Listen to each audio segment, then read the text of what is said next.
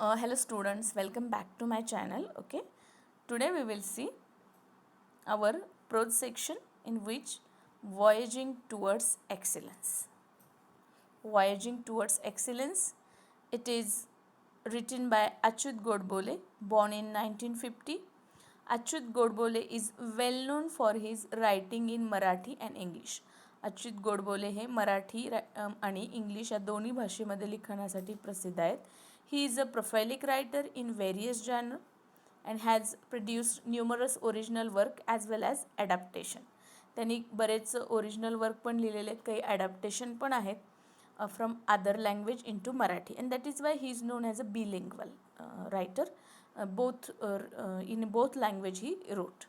His writing style is informative and yet very informal. He became a chemical engineer from IIT Mumbai in 1972. As a professional, he is a chemical engineer from IIT Mumbai in 1972. त्याचबरोबर त्यांनी he headed a top management position. कंपनीमध्ये वेगवेगळ्या त्यांनी top management पोझिशनवरती काम केलेलं आहे. By profession ते केमिकल इंजिनियर आहेत. ओके,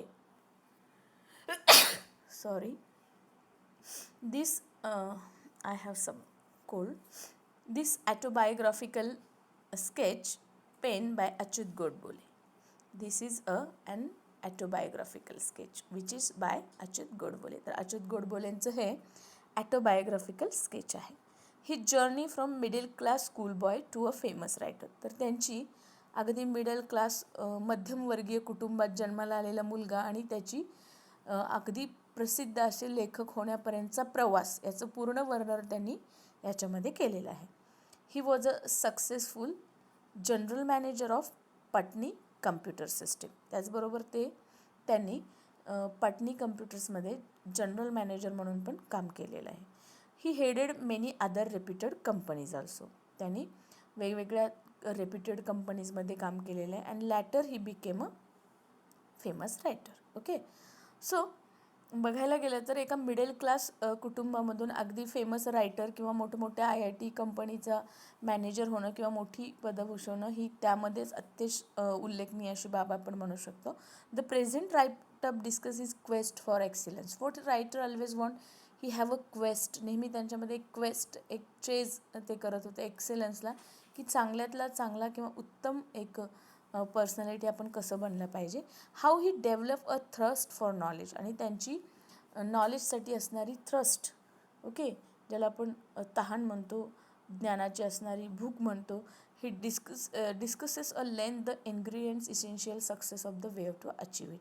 आणि त्यांच्या या पूर्ण जर्नीमध्ये त्यांनी कोणकोणत्या गोष्टी शिकल्या, कोणत्या गोष्टी त्यांनी अचीव केल्या, या सर्व गोष्टींचा त्यांचा जीवन प्रवास यामध्ये आपल्याला पाहायला मिळतो. ओके, तर अशा प्रकारे आज आपण सुरू करूया voyaging towards excellence, written by Achyut Godbole. Okay, so let's start.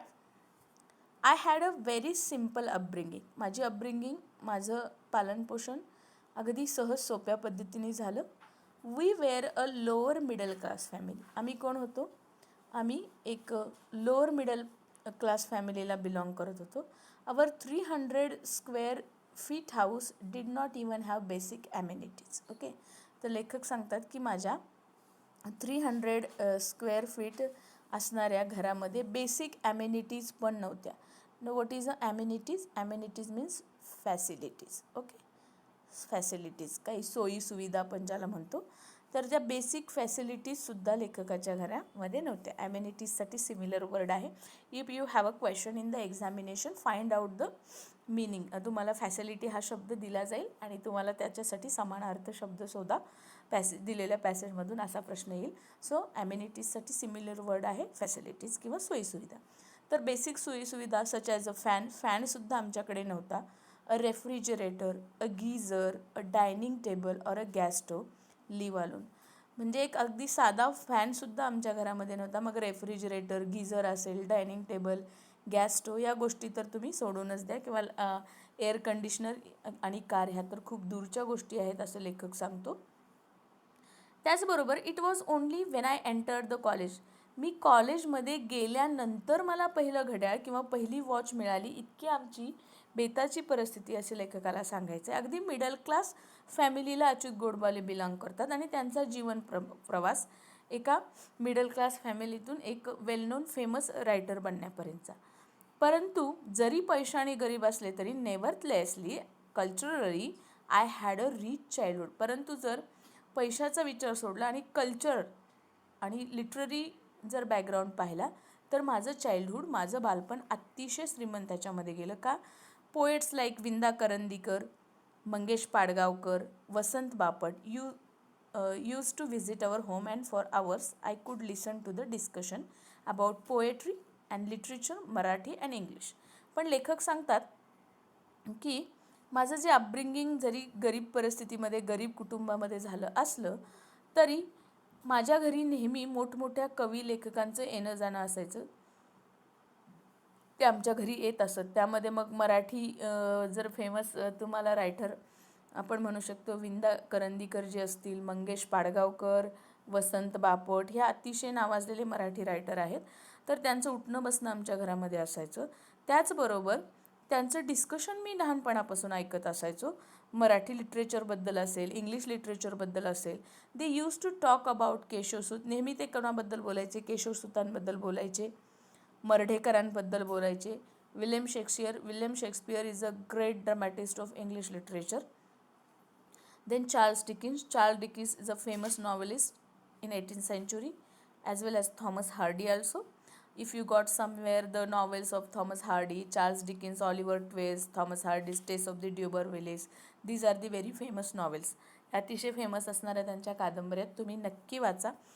I did not fully understand their discussion in depth. जरी माझ्या लहान वयामध्ये मला त्यांचं पूर्ण डिस्कशन डेप्थमध्ये कळत नसलं तरी but I was immensely impress. पण मी अतिशय इम्प्रेस होतो. I obsess for the knowledge.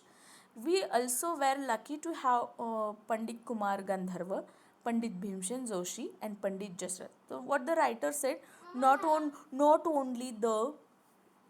only the writer but also the musician also participant in it, and that is he talk about that Pandit Jasraj असतील, भीमसेन जोशी असतील, तर त्यांच्याविषयी इंडियन म्युझिकबद्दल सुद्धा आमच्या घरामध्ये नेहमी त्याच्यावरती चर्चा होत असायची. And this is how and Y. आणि अशा प्रकारे माझं इंटरेस्ट जो आहे लिटरेचरमध्ये स्कूल डेजपासूनच वाढत गेला. I develop my interest in literature and music during my school days. I did not even today don't understand the grammar of music but I begin to love it tremendously. जरी मला ते musician किंवा ते grammar किंवा गोष्टी तेवढ्या समजत नव्हत्या छोट्या बालपणामध्ये, परंतु मला त्याची आवड आणि लव ट्रिमेंडियस होतं. Okay, most of the time the topic of discussion at our home were about music, literature, paintings, sculpture etcetera. तर आमच्या घरामध्ये नेहमीचे टॉपिक काय असायचे बघा. जर आपण आजच्या जीवनामध्ये पाहिलं तर मुलांचं टॉपिक असतं mobile, game, T V etcetera. But रायटरचं अपब्रिंगिंग ज्या घरामध्ये झालं त्याला बॅकग्राऊंडच असा होता की नेहमी म्युझिकबद्दल, लिटरेचरबद्दल, पेंटिंगबद्दल चर्चा होत राहायची, स्कल्पचरची. I could listen to discussion about the Van Gogh, a famous painter, then Mozart and Michelangelo. It was because of such a milieu around me. आणि हा सर्व milieu it is a setting or a social environment. आजूबाजूचं वातावरण. What is a milieu? आजूबाजूचं वातावरण जशा प्रकारे होतं.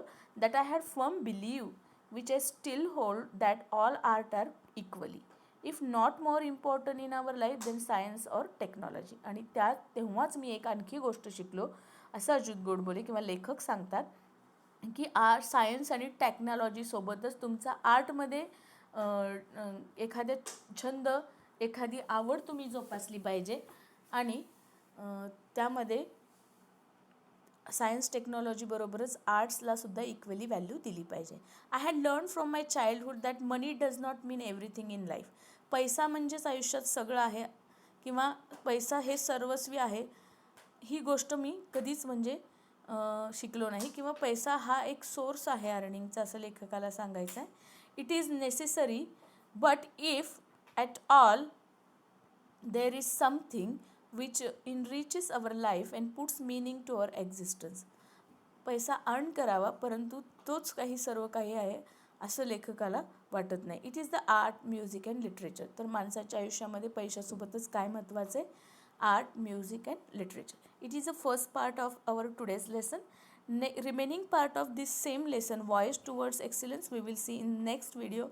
If you like my video, if you thought that it is informative and helpful for you, then like, share and subscribe my channel. Thank you.